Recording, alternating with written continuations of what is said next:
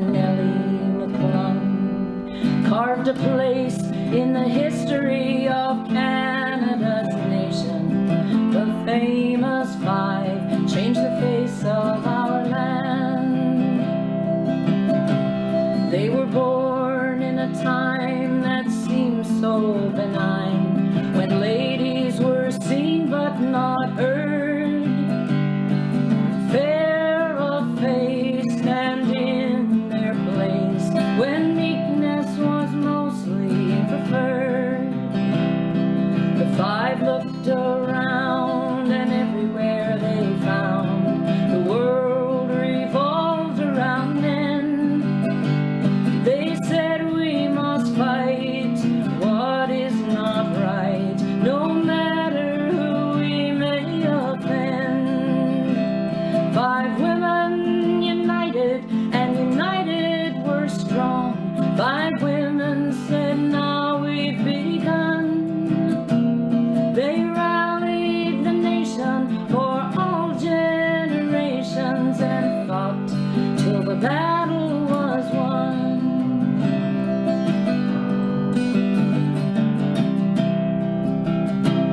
Women wanted a voice and a say in the choice of the matters affecting our land.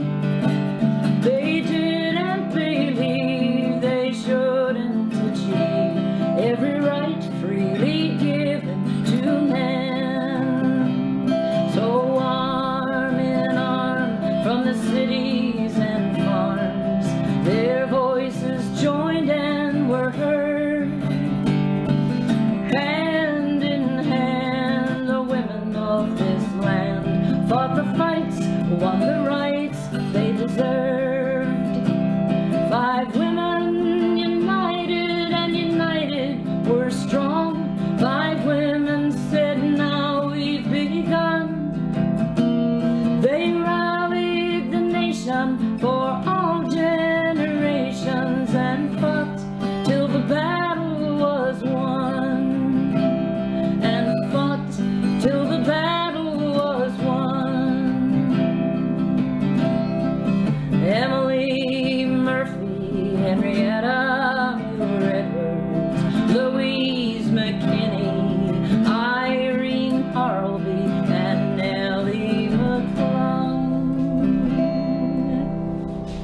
Heroes of mine, the famous five.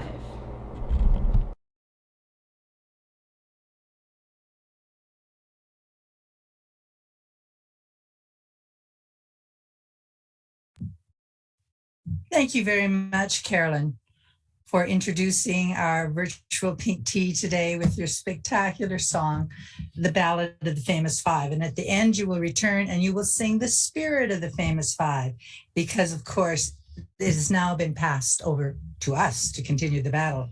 Well, how lucky we all are, and welcome to be together on this another Famous Five Friday, a day when women have more power and see more opportunities.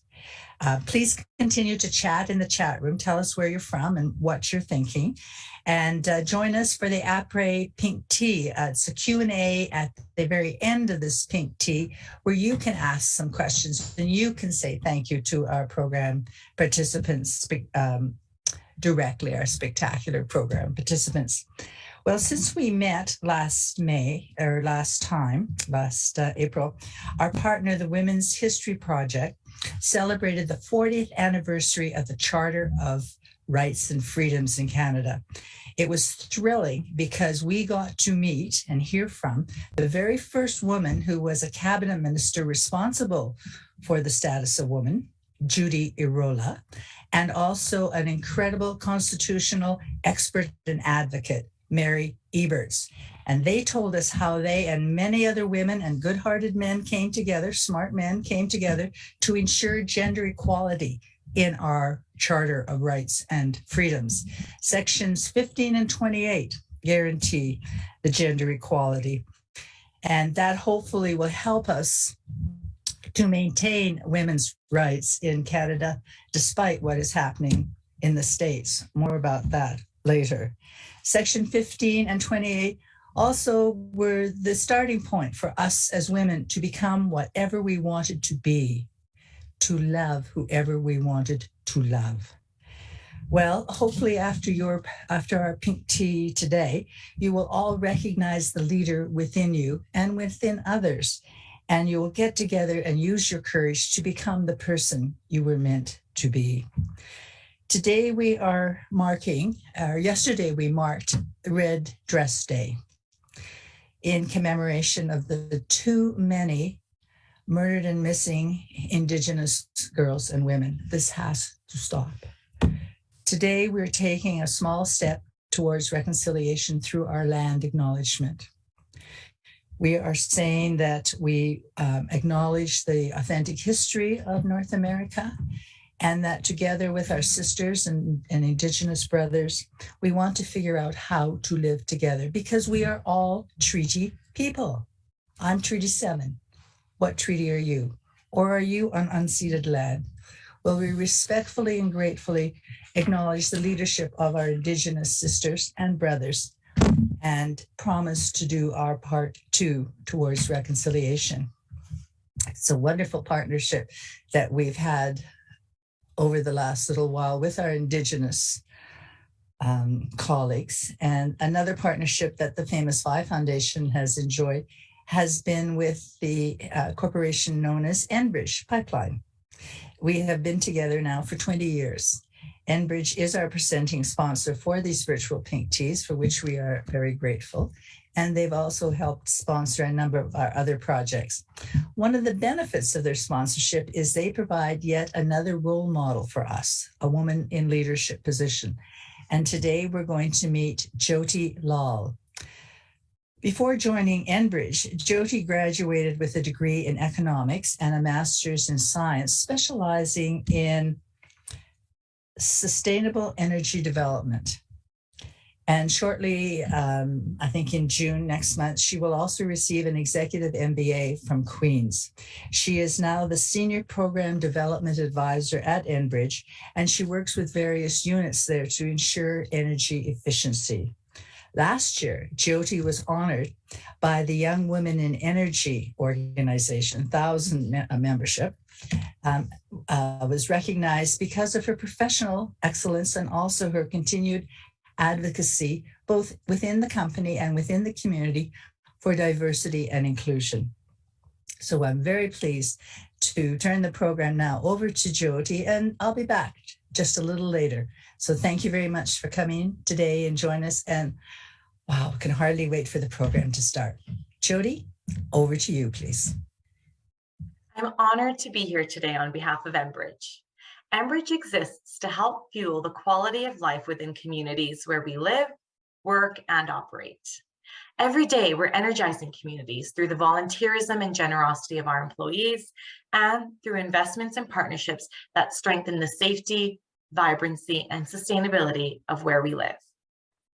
We collaborate with community leaders and organizations like the Famous Five Foundation to help build capacity, support programs that are inclusive, future-thinking, and help bring out the best in people. Enbridge is also committed to building a diverse and inclusive workforce. We empower and encourage employees to model inclusive behaviors, working together to promote awareness and respect for one another. We recognize that diverse and inclusive teams are more innovative and agile due to their broader perspectives, skills, and capabilities, allowing us to deliver better business outcomes. Today, I'm very pleased to introduce an important panel. When she became the 25th Premier of Ontario in 2013, the Honourable Kathleen Wynne also became the first Premier of Ontario and the first openly gay Premier in Canada. Miss Wynne was elected to Toronto School Board in 2000 and then became an MPP, a cabinet minister, and Premier. However, after the next Ontario provincial election, which could be held any time now, Miss Wynne will not be a politician anymore. Instead, this remarkable public leader will spend her time with Jane, her partner of 30+ years, their 3 adult children, and 4 grandchildren. Also visiting with us today is a tech entrepreneur, Bobbie Racette. founder and CEO of Virtual Gurus, a talent service company which provides virtual services. After leaving or being laid off from various jobs, Bobbie realized there was no North American company offering freelance remote work. When COVID happened, she decided this was the time to establish such a company. Bobbie raised the bar even higher by focusing on employing predominantly marginalized professionals. This self-described introvert has said, "I pitched myself with my tattoos in jeans, but with very good shoes." 175 investors said no, but every no propelled me forward till I got to a yes, and the yeses from investors have continued as sales have soared. Brava, Bobbie. The ringmaster for this dynamic and important discussion about women, sexuality, and rights is Jen McMillen, the Vice-Provost for students at the Toronto Metropolitan University. For 20 years, Jen has been a leader in academic world concerning student affairs, human rights, and policy development. Now, she's dedicated to ensuring students receive the highest quality of education by building an active student community, which she believes is linked to student achievements.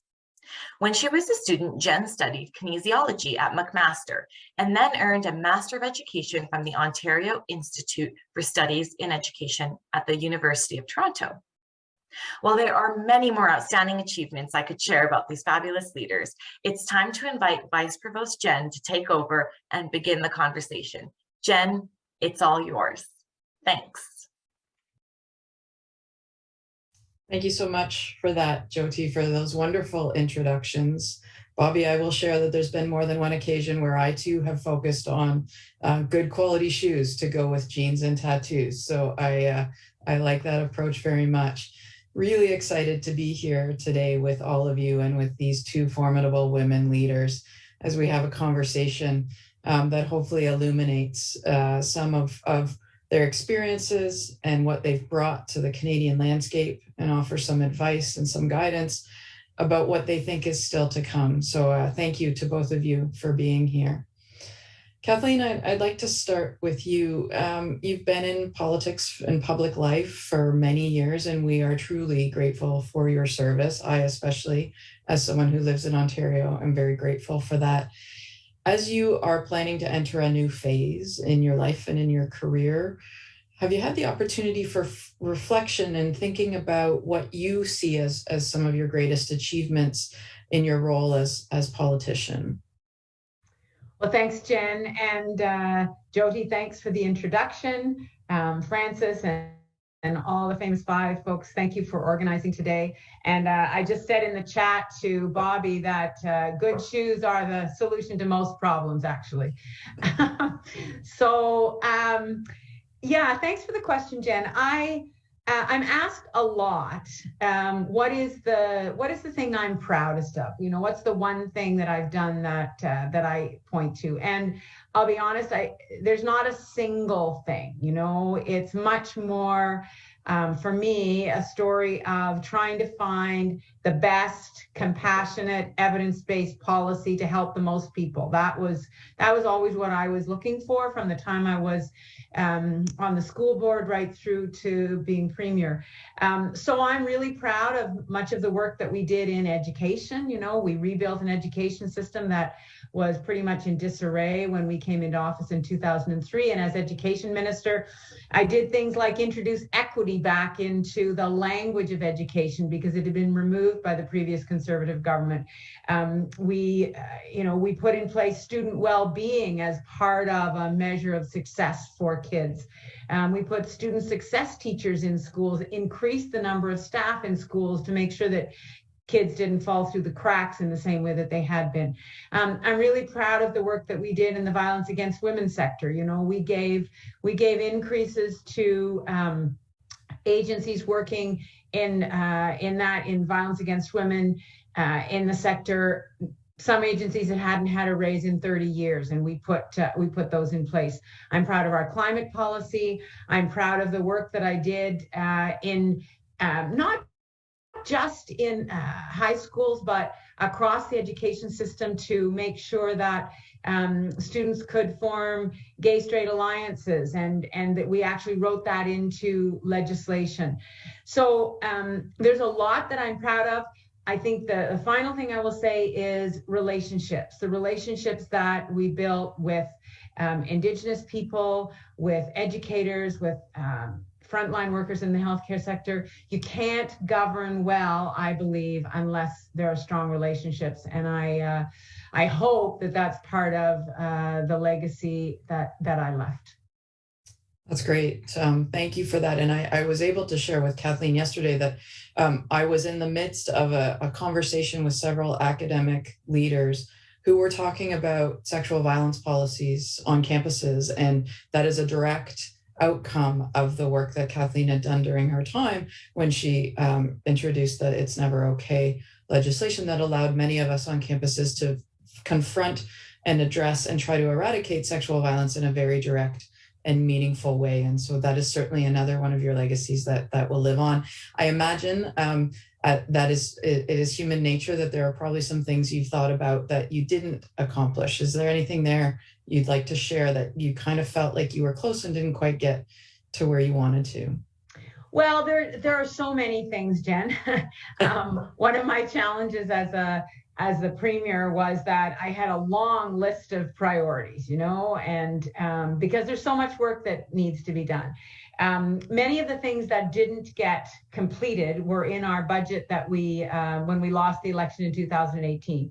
So we actually were about to implement a childcare program in Ontario. We had been building childcare spaces. We were going to put a childcare system in place. Happily, the federal government has acted on that, but we were going to do that. We were going to continue our free tuition program and enhance it, because what we found when we put free tuition in place for low to middle income families, we saw more single moms, we saw more marginalized kids, more Indigenous kids coming into the post-secondary education system, and that's exactly what we were looking for. So that I wanted to continue. There was more education reform that I wanted to do. As I said, there's a long list of things, but those areas, to my mind, are among the most important. I will say that the COVID pandemic has laid bare some areas that really needed attention. There was more money for long-term care in our 2018 budget, but if I had it to do over again, I would go back and I would act more quickly on putting better models for long-term care and home care in place for seniors in need. So those are some of the areas that I continue to be concerned about. Yeah, thank you for that. And what I hear is, I think this is a theme of the conversation that we're having, is that often when we talk about women in leadership, one, they are constantly ambitious in what they are trying to do and accomplish, and certainly around the ways in which they can help support communities and help support each other, and often some of our most vulnerable communities. And so, Bobbie, I want to turn to you for a moment, where you're an established and successful entrepreneur, having built a tech company that has struck me really lives its commitments to equity and diversity by putting it right up front on your website. It took me no time at all to find that. So tell us a little bit about why having an intentionally diverse company matters to you. Yeah, absolutely. And thank you for the introduction. Nice shoes, they make it all. And I think whenever I show up at the events or to pitch investors, I feel so much more confident when I have nice shoes on. So that's essentially where that came from. But it's an honor to be here with you, Kathleen, as well. So great to meet you and be on the panel. My entire life, I've lived through the barriers of diversity and inclusion, and trying to figure out, how to get through those barriers. My moms have been together; they're LGBTQ as well, and they've been together for 40 years and raised me and my brother. And so, you can imagine in the 70s, the late 70s, being raised by two lesbians. It was a little bit harder then. It's obviously a lot more easier now. But just the barriers we had to go through, from them pretending to be roommates to Me coming home and asking questions that I was learning in kindergarten about them being gay. And so we pushed through and really had to push through all of that. But at the same time, we're a biracial family where my biological mom is Indigenous, First Nations, Cree Métis, and my other mom is from England. And so being a person that is LGBTQ from an LGBTQ family with an Indigenous background as well is, the barriers in Saskatchewan were pretty hard. So finding work when I was younger was really hard. A lot of people wouldn't really give me the opportunity. I felt that people were automatically saying, you can't do it because you're Indigenous or because you're gay or, and that's when I ultimately set out to say, one day when I start a business, I'm going to do it so that I am including everybody, and it's all about DEI.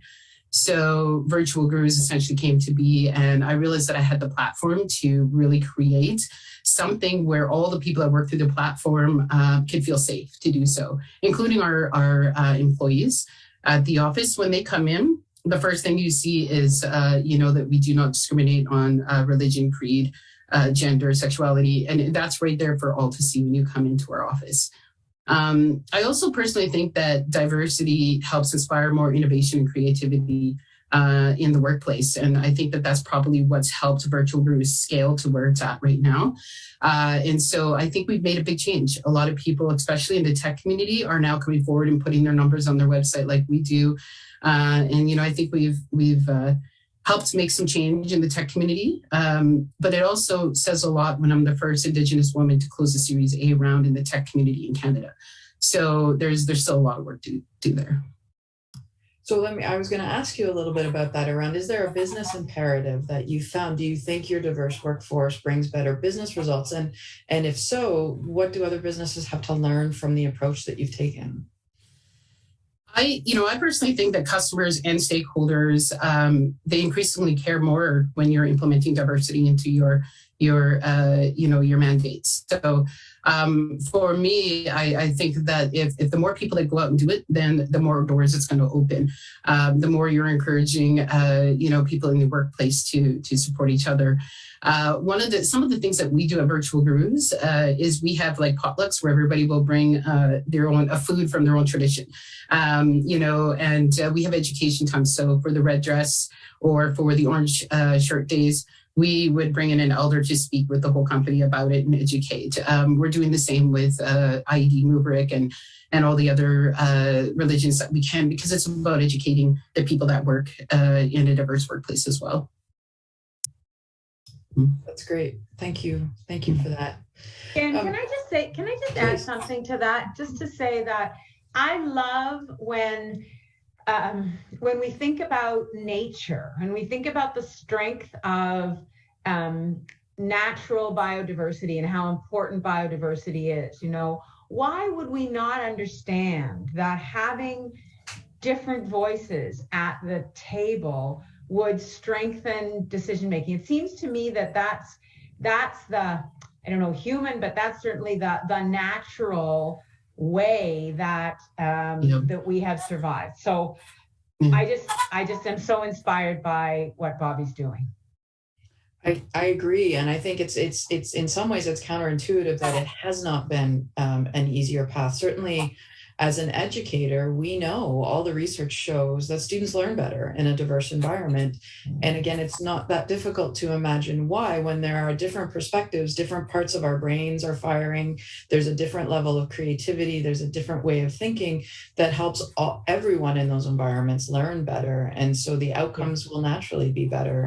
And so the homogeneity that we've seen in certain spaces really is a bit baffling because it doesn't make a lot of sense. Well, when you look at the research that's been done into corporate boards, for example, right. Every time you have a corporate board where there are more women, I'm going to use women because that was one of the things we were trying to do in government, was we were trying to push boards to have more women on them, because the rates of women on boards across the country are just pathetic. I mean, it's very, very low.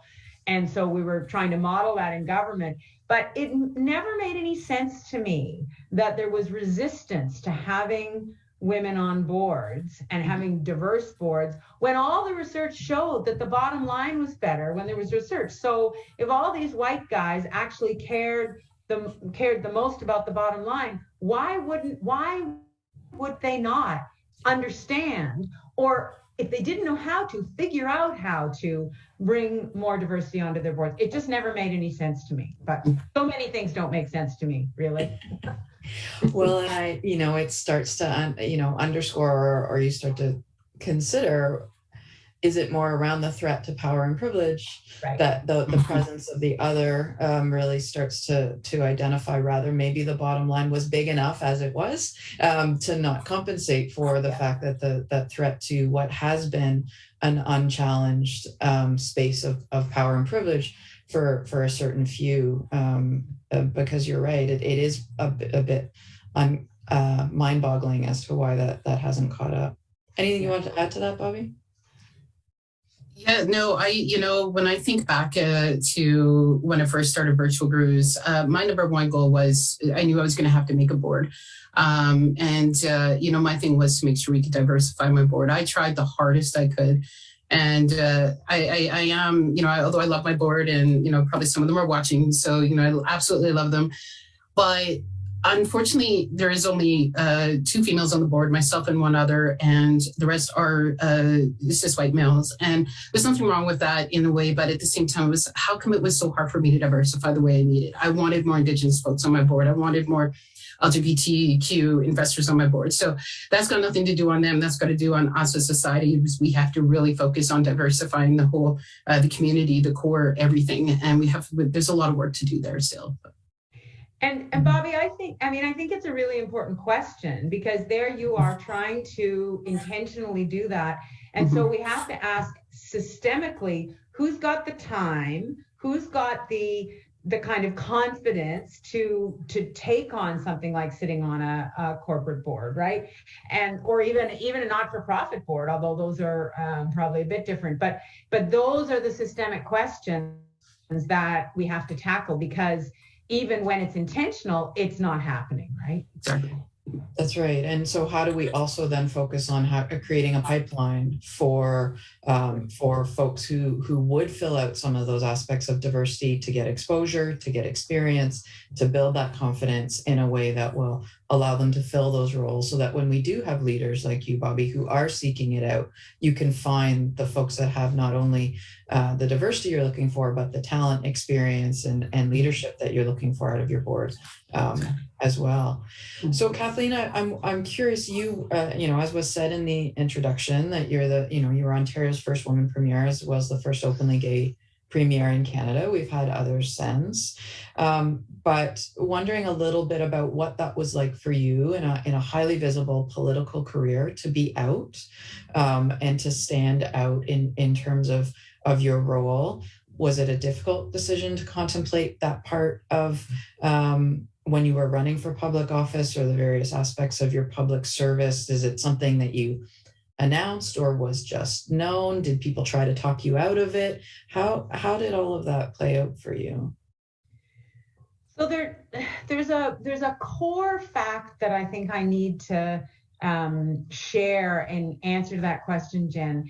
And that is, and it kind of goes back to the conversation we just had about privilege and position. So I'm a white woman. I've led a privileged life. I'm not a wealthy woman, but I've always been, I feel my privilege very acutely. And I didn't come out till I was 37. And I think that living with that privilege and being so close to the dominant, I was married to a man, I had kids, I lived in a very homogenous neighborhood. And I think when I came out at 37 and began my life with Jane, who had known from the time she was 6 that she was that she was something other than what she should talk to her mother about. She couldn't tell her mom the feelings she was having. And I look at her life and I look at my life. She had a very different life. She had to hide her pronouns in her corporate life. She couldn't talk about who she was. She never could bring her partner to events, and not even bring her partner home. So she had to live a much more hidden life than I did for those first 37 years of her life. And then when I came out, it was like we had a coming out together, because I felt very clearly that I was okay to be whatever I wanted to be. And I was taken aback when people tried to keep me out of positions, and when some of the women and men in our neighborhood started to avoid me, I was indignant. Who the hell are you guys to shun me? So from the time I came out and decided to stay and live in our neighborhood and keep my kids in the school, there were people, to answer the other part of your question, there were people who tried to say, you guys should move. You shouldn't really stay here because it's not a great place. And when I began on my political career, there were definitely people who said you should move to a different part of the city. You can never win the riding that you live in. You can't win in North Toronto. And when I decided to run for the leadership, there were definitely people in the party who had been my supporters who came to me and said, you can't be the Premier of Ontario. And I'll be honest, every time I got messages like that, it actually made me more determined that I was going to demonstrate that that's not acceptable, and it wasn't acceptable. And as I said in my leadership speech in 2013, I actually don't believe it's who we want to be as Ontarians, or as Canadians. I think we have a different image of ourselves collectively. I think we want to be open and inclusive. We fail at that often. We fail at it systemically, but I do believe that in our hearts, that's who we want to be for the most part. And so I believe that's why I kept being elected. I was elected 5 times as a member of provincial parliament. I was elected as Premier. Now, I lost very badly in 2018, but there are all sorts of reasons for that. But there was always homophobia. There were always voices saying you can't do this. And what I say to young people is, you have to listen to critique. You have to, as a politician, you have to listen, but your skin can't be so thick that nothing goes in. You have to hear it, but then you have to make a decision based on what you knew was right. And I was always prepared to lose. I always had a plan B. I had lost my first election for school trustee, and that was a good experience, because I felt that I was carrying a banner for people who are told throughout their lives that there are things they can't do that they know perfectly well that they can do. Yeah, that's really powerful, and I appreciate you opening with sort of locating yourself in terms of your own privilege and what power that brought for you, because I do think that it's true. It brings up the issue of intersectionality, really, and there are sometimes there are acceptable gays. There are people for whom I am one of them. I generally, again, very similar white woman, largely, identify as cis. I have had a privileged upbringing in terms of where I lived and all of those highly educated parents, all of those things. And I was acceptable. I think my path was easier than many others who experienced multiple sources of discrimination and harassment and create greater discomfort for some people, and maybe we win them over faster in some ways than others. And so, Bobbie, I'm curious. I mean, you're widely recognized as we've been talking about as a woman entrepreneur in tech and as an Indigenous leader. But I read that you didn't initially talk very much about your sexuality and in terms of the profile you were getting. Do you want to tell us a little bit about that? Yeah, I think a lot of that comes from at the time was imposter syndrome. I when I was first coming out as a entrepreneur, we'll say, I knew a lot of people in the community actually didn't think I had the ability to take this anywhere where it was. I had a lot of people saying, this isn't going to go anywhere. Maybe try something else.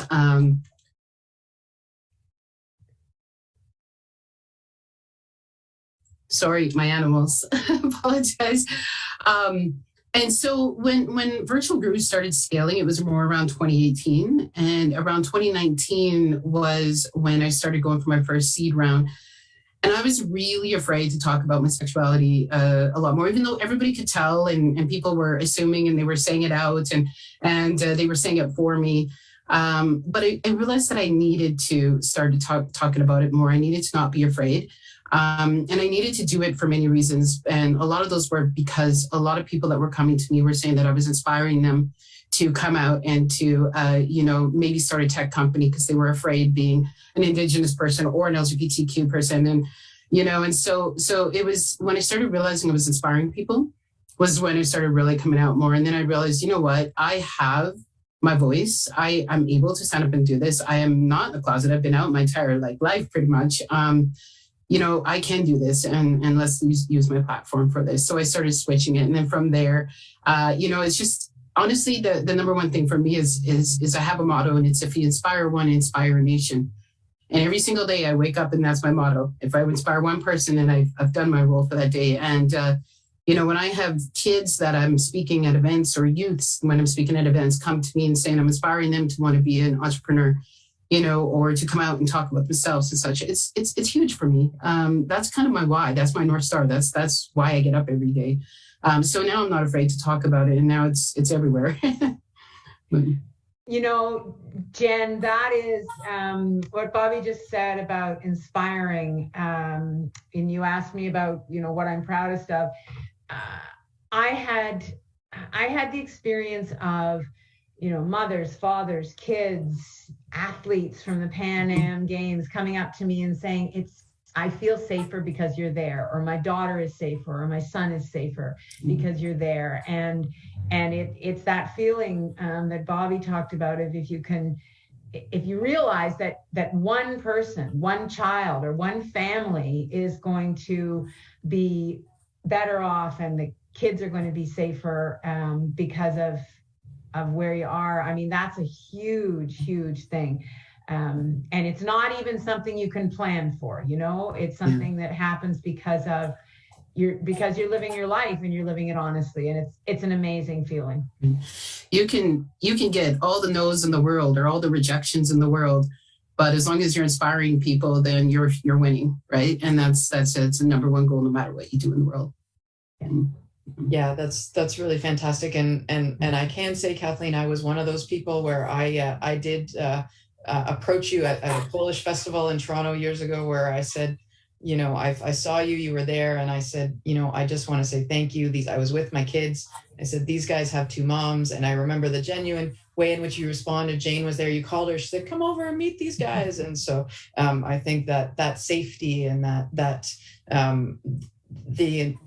level of inspiration and safety and optimism and hope and possibility that you're both bringing to youth is really important. And so on that note, we have some video questions that we have gathered from some youth who want to know a little bit more about what you have to say about their thoughts. So I'm going to ask that we queue up the first video, and our first question is coming from Alex. Hi everyone, my name is Alex and I am a non-binary lesbian. My pronouns are they, them, but she, her is okay if you are still learning. My question for all my non-binary and or lesbian friends is, how did you come to terms with your identities and what was it like for you when you came out? Knowing of your experience will help me and others. Thank you so much.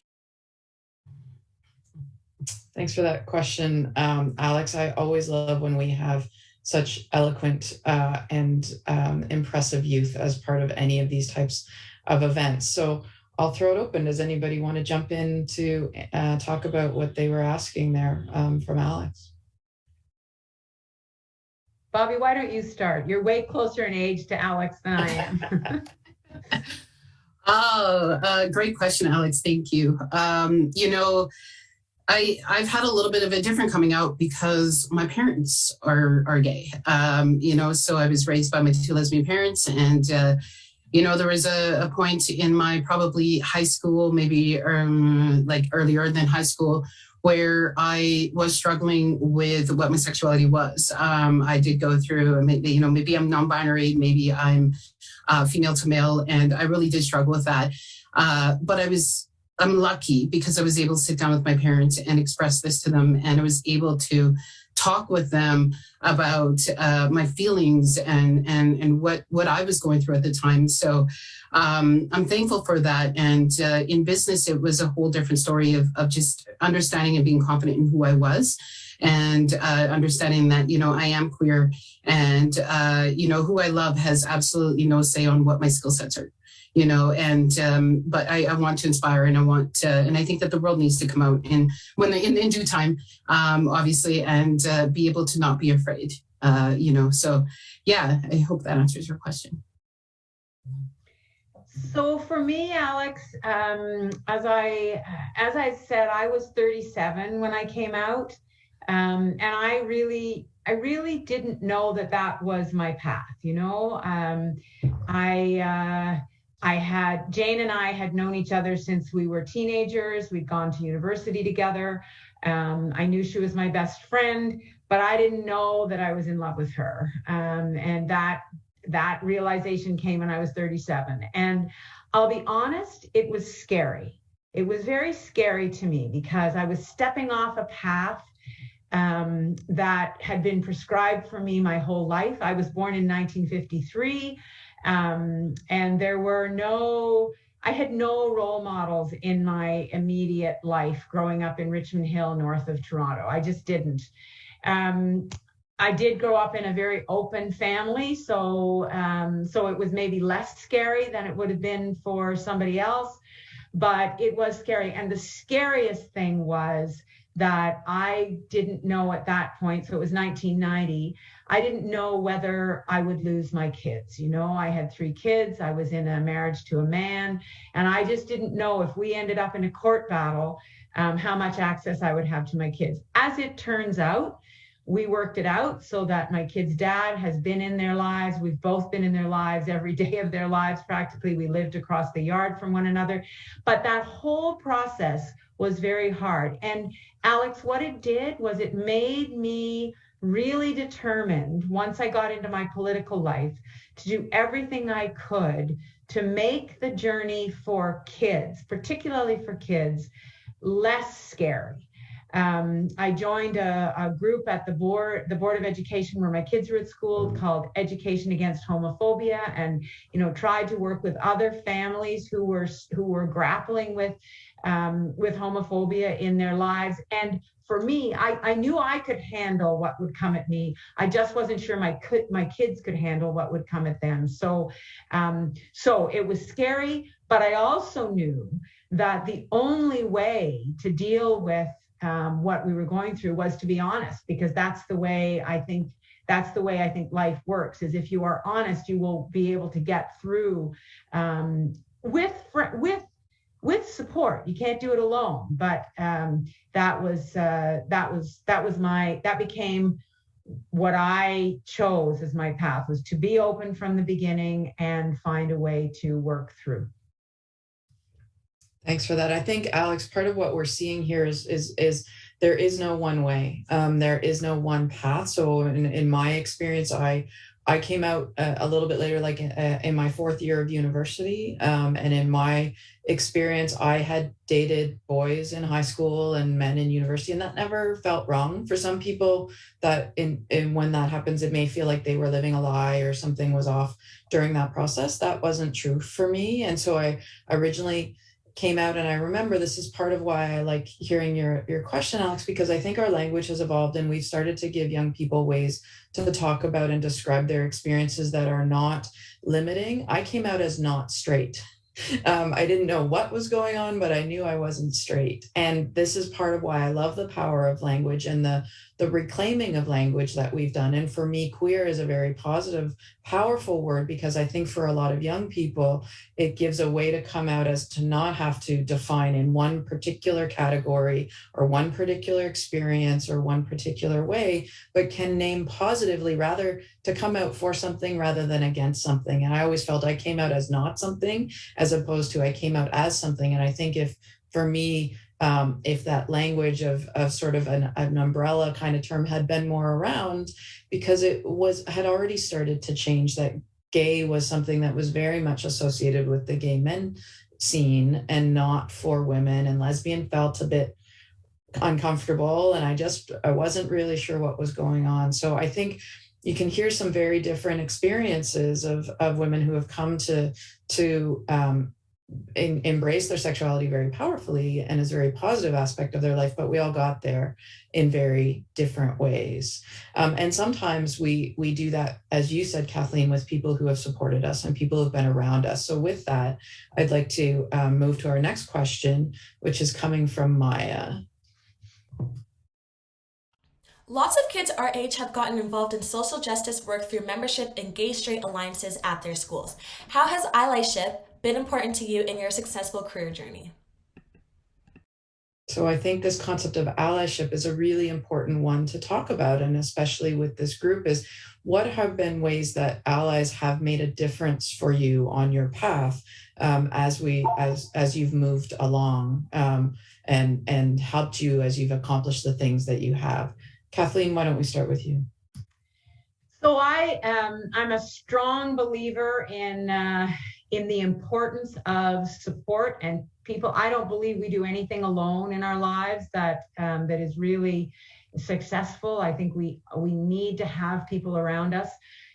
It's one of the reasons that we put the permission to have gay-straight alliances in legislation when we were in government. You know, it was very important to me that kids shouldn't have to fight with their principals about whether, and by principals I mean the people who are the principals in the schools, to have gay-straight alliances, and that I knew that was going on because I had stood in the gyms of some of the schools in the province, and I'd been asked by kids, you know, should they be allowed to start a GSA? So I knew what was going on was those kids were in a conflict with the administration in their schools about starting a GSA. So Maya, I think it's incredibly important.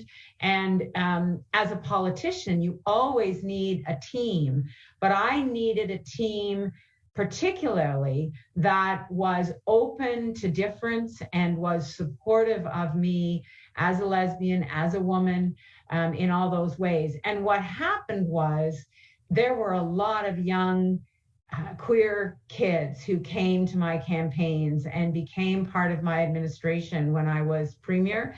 And that to me is a great success, that they found a place to be and that they felt safe. So I think that allyship and that support works on a whole bunch of levels. And what I always say to young people is find the people who can support you and who understand and who can help to protect you, because there are lots of negative forces out there of people who don't want you to be successful and don't want you to be who you are. So having those allies is critical. Bobbie, how about you? Yeah, you know, everything of what Kathleen says, you know, when I was younger, having those allies for me were extremely important. In Saskatchewan, where I was from, we didn't necessarily have GSAs at the time, but we did have what we call the Lavender Social Club, where we were able to be with other youth where their parents were LGBTQ, and then vice versa, kind of being with other youth who supported youth who were or came out as gay. So when I was younger, having those for me were extremely important. It actually helped me blossom into who I am, and it showed me the support that I needed, and kind of helped me come to terms with who I was. Fast forward into my business area, it's really important to surround yourself with the people that support you. Your network is really important, and that's something where, you know, exactly what Kathleen says is the power of network is extremely important. So yeah, I hope that answers. Great question. Thanks. Okay, now I have the unfortunate job of having to keep an eye on the time, so I'm going to ask each of you a separate question here so that we can get through as much as we can. So Bobbie, I'm going to start with you. Do you think that your lived experience as an Indigenous and queer woman has helped prepare you to be a better leader? What are ways that you maybe see that has been an advantage for you?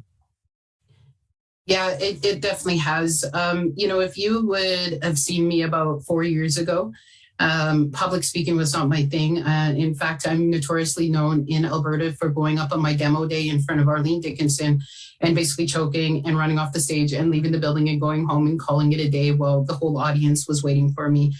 I really struggled. I'm an introvert, and I really struggled with coming out with who I am in the business community, but also not being afraid and also being confident. Those really difficult things when you're an introvert, and then add on being queer and being Indigenous, and then with all the things that are going on with the residential schools and everything, this really put me into a hard spot. It was a dark place to be. And all at the same time, I'm always raising funds for Virtual Gurus because we're a large tech company and we need funds to grow. I was just able to close $8.4 million in my Series A funding a couple weeks ago. And doing that was huge. And, honestly, I don't think I would have done that or would have been able to do that if I didn't live through the struggles of being queer and Indigenous and in the business community. So I think I'm very thankful for how my confidence has grown, but I'm also very thankful for how I'm not afraid to speak my voice anymore where I was before. So I absolutely think it's been a huge, crucial part of my growth. I know, Jen, I know you don't want me to answer the same question because you're trying to save time, but I have to say something about this. People would say when I was the premier or when I was a minister and stuff was coming at me and when social media started to ramp up, because when I started on this journey, social media was not really a thing, but it's huge now. And there's lots of bile online. And it's terrible. And I had to be careful about how much of it I read, but honest to goodness, compared to coming out in North Toronto and the stuff that came at our family and the pain that I felt it took us about 3 or 4 years to actually settle and be, to feel like something terrible wasn't going to happen. Compared to that, it wasn't hard, And so I think going through that process, it was like a crucible, it was like it toughened me and it made me realize what people who don't live with privilege and who live on the outside deal with every single day. And that I would never have known that if I hadn't gone through this process and if I hadn't found myself on the wrong side of the line. And by wrong, I mean in societal terms. So I think it actually prepared me to be a much better politician and leader than I ever would have been if I'd even made it to those positions, which I doubt that I would have. So, yeah. I very much appreciate that. I agree wholeheartedly. And in my experience, I think it's prepared me to be a better leader as well. So Kathleen, I'm going to give you the last word here in terms of, really curious about, you've been in very high profile public life. You've had insight into a number of inner workings of all sorts of things in my province and in our country. Are you optimistic about where Canada stands now with regards to equity for 2S LGBTQ plus communities, not just legally, but also societally? I am, but it's a qualified yes. Because I think we've come a long way. We have very good laws and policies, and we have the Charter of Rights and Freedoms in this country, and I think we are protected by those laws and policies.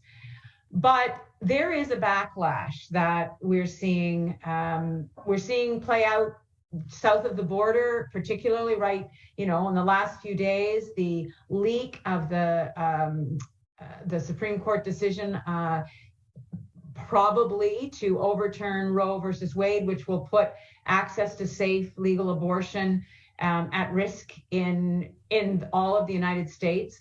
And we can't pretend that won't have an impact in Canada, that there won't be a renewed discussion. And there's a social conservative population in parts of this country, across the country, in every province, that will latch on to that as as an emboldening moment. So I think that, yes, we've come a hugely long way, but it's why pride celebrations are still important. It's why gay straight alliances are still important. It's why people coming out and having these conversations. If I didn't believe that this was an important conversation, if I thought we were done and dusted on LGBTQ2S plus rights, then I would say, fine, I don't need to come on and do this, but I do. And I need to go to Catholic school boards in Ontario, and I need to say, you've got to fly the gay, the pride flag. You've got to give kids the opportunity to express themselves.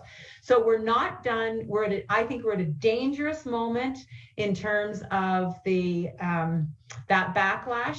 The convoy in Ottawa wasn't just about vaccine mandates. It was about angry, particularly white people, saying that they are hard done by, that they've lost freedoms. But I think what really underlying it, what I heard when they said that was, we've lost privilege. We don't have automatic privilege that we've had for the last 40, 50 years. And that scares me enormously, because it's not just happening here in Ontario, it's happening across the Western world. So yeah, I think we've come a long way. I have some optimism, but it's qualified.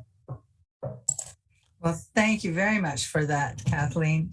And Jen, I know you have so many other good questions to ask, and I'm always torn because I want to hear more questions and more answers. But schedules being what they are and the timeline being what it is, it's now time for me to come on and ask a lightning round of questions. So these are actually statements, 3 statements, and I would ask our wonderful panelists just to respond in a word or 2. So the statement is, when I am confused, what do you do? So I'll start with you, Kathleen. When you're confused, what do you do? Go for a run. Go for a run. Thank you. Bobbie, what do you do when you're confused? I meditate.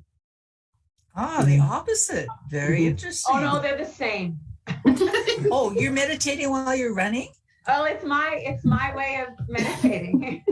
I can see that, but I guess not being sportif. I think 1 foot, next foot, watch out for the branch, watch out for the, anyway, sorry.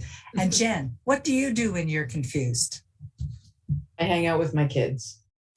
Excellent. So the second one is, when I'm scared, I ... Kathleen? Oh, when I'm scared, I sit down with Jane. She helps me. How nice. Lucky you. And our thanks to Jane for all her help today too. Bobbie, when I'm scared, when I'm scared, I take it head on and try to just go plow through it. Thank you. And Jen, what do you do when you're scared? I think I'm the same as Kathleen. I connect with my partner. Yeah. Interesting. These are such helpful answers for people who are going through these different situations. And the last one is, when I am sad, I ... Kathleen? When I'm sad, I need quiet, and I often need to be by myself. Bobbie? When I'm sad, I call my mom all the time, every day. Which mom? Which mom? Both of them, and then they take turns calling me on separate phones, and then but mostly my biological mom. But I call them probably 5-6 times a day, and they're there for me. And Jen, what do you do? What's your suggestion? I have a combination. I spend a bit of time with myself, and then I go back to my first answer and hang out with my kids. Yeah. Very nice. Thank you. And so the last question in this lightning round is, if the famous 5 were alive today, they would ... Kathleen? I think they'd actually be kind of shocked that we haven't come farther. And they would take that same energy that they had all those years ago and help us move forward. Thank you. I think that's a wonderful answer. Bobbie, what do you think the Famous Five would be doing if they were alive today? I think if the Famous Five were alive today, they would still be inspiring and helping us all take that extra foot forward. Yeah, and they would be perhaps saying and believing things slightly differently to what they did 125 years ago, because they weren't alive then, but if they were alive today, thank you. And Jen, what would the Famous Five be doing? I think they'd be shining the spotlight on who else isn't considered a full person, who else is being left out, who else isn't being able to access everything that they should be able to access. I think they'd be applying the same passion to everyone else who's invisible. Mm-hmm. Three wonderful answers, three quite different answers. So thank you. Well, dear friends, we're at a pink tea, as you know. It's a tea when women get together and talk about what's bothering them and what they're going to do with their friends to make it better. So I'd like to use this time now to propose some toasts to thank to our wonderful, wonderful panelists. And I'm just wondering if, again, everybody's got their teacup, or you've got a glass, or you've got a mug for us to toast. And of course, our first toast goes to the truly remarkable former Ontario Premier, to the Honourable Kathleen Wynne. When we first approached Kathleen, we asked her to be part of our January virtual Pink Tea, which was talking with current and past premiers, female premiers of Canada. And we have two right now. So one premier, female premier, is in Northwest Territories, and her name is Caroline Cochrane.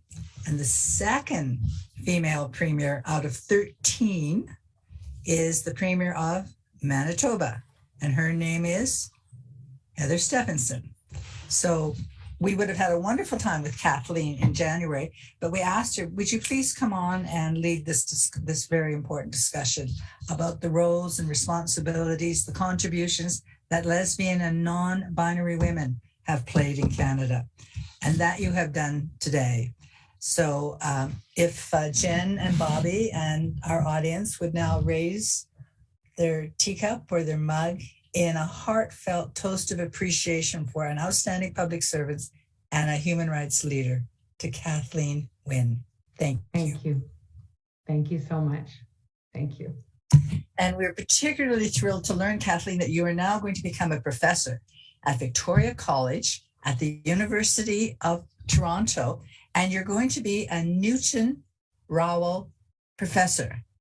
What makes it extra special for us is, Kathleen, because Newton Rowell was the lawyer for the Famous Five. That's right. That's right. He was the gentleman who they hired to take their case before the Privy Council after our Supreme Court had so stupidly come to a dreadful decision and said, no, women are not persons. So Newton he was Rowell, a very progressive man. Yeah. Yes. So it's only right and fitting that the next phase of your life should start out as the Newton Rowell professor. So best wishes and congratulations. Thank you. And now a toast to a remarkable tech leader, someone who places human rights also on the balance sheet. And it's been wonderful getting to know you, Bobbie, how you've integrated all the aspects of your personality, how you've become truly yourself. You become honest with yourself and open to the world, and the world is now embracing you, and your company is very prosperous. So if we might raise a toast in thanks to Bobbie Racette, the CEO, co-founder of Virtual Gurus. Thank you, thank you. Thank you, thank you. And much more success, I'm sure, is coming your way, Bobbie, because your business principles are smart, but they're also leading business. So it's wonderful. And leading the discussion today has been Jen McMillen, the Vice-Provost of Students for what was Ryerson University, but now is the Toronto Metropolitan University. Thank you very much, Jen, for helping us understand and appreciate more the role and the contributions of being a lesbian or a non-binary woman in Canada. And I think it's going to cause all of us to cheer even more for the latest champion on Jeopardy, the Canadian Jeopardy champion, Matai Roche, who is also a woman, a lesbian. So hooray for Matai.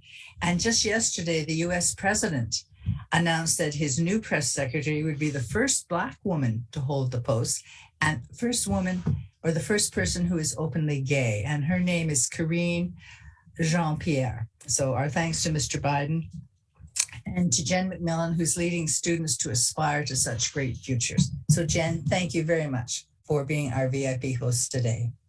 Thank you. I'm not sure a Jeopardy champion or press secretary is in my future, but maybe in one of your students. Yes. You know? So, and all of us would like to say thank you very much to the wonderful youth who participated today and asked the questions. And so if we might toast to Alex, to Maya, and to Jyoti. Keep leading. Show us the way. Thank you. So I'm now going to ask the Encore crew to remove our wonderful panelists for a moment while I bring you some Famous Five news. They will, Bobbie and Jen will be joining us shortly at the après-tea, which you will be receiving an email for in your inbox if you haven't received it already. And I would just like to say a couple of things. One, please visit the Famous Five maquette, which is in the Alberta Legislature in Edmonton. It's open to the public. Go and see them and celebrate the 105th anniversary of the first women being elected in Canada by both men and women. Secondly, Ontario has a provincial election right now, and we're hoping more female candidates will win and that you'll go out and support them and you'll donate to them. Thirdly, that you'll become involved with the expression of rallies for women's reproductive freedoms. A number of them are being organized across Canada. If they're not in your community, please contact your friends and make sure that something is going to happen.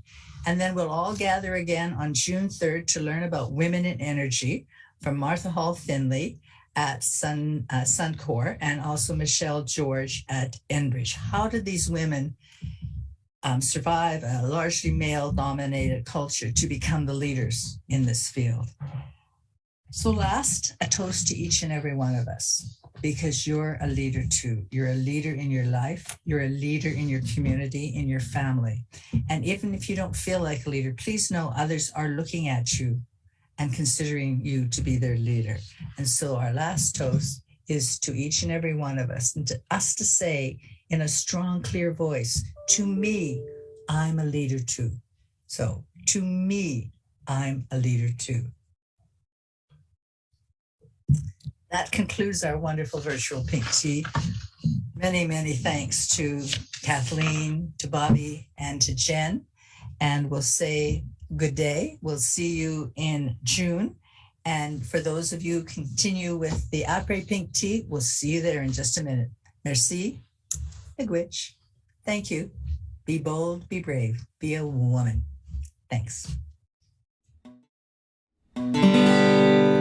5 women fought the system, a system they knew was wrong. They wouldn't take no for an answer. They believed they belonged. It was an uphill battle. It seemed they could not win. 5 women stood together, swore they never would give in.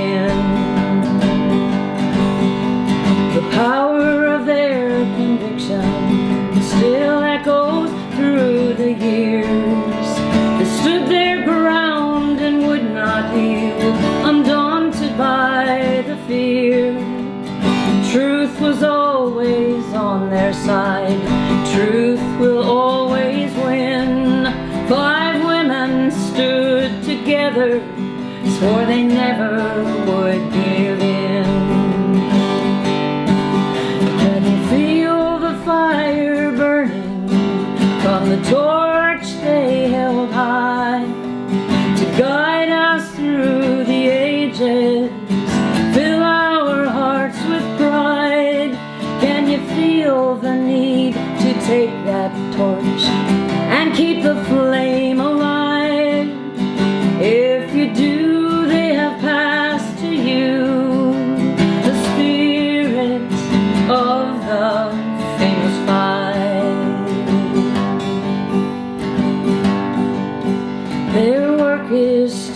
not finished. The world is still unjust. When we fear to take a stand, their spirit says we must. The secret of their power, to find the courage to begin. 5 women stood together, swore they never would give in. And can you feel the fire burning from the torch they held high to guide us through the ages, fill our hearts with pride? Can you feel the need to take that torch and keep the flame alive? If you do, they have passed to you the spirit of the famous 5. If you do, they have passed to you the spirit of the famous 5. Emily Murphy, Henrietta Muir-Edwards, Louise McKinney, Irene Parlby, and Nellie McMillen. Heroes of mine, the famous 5.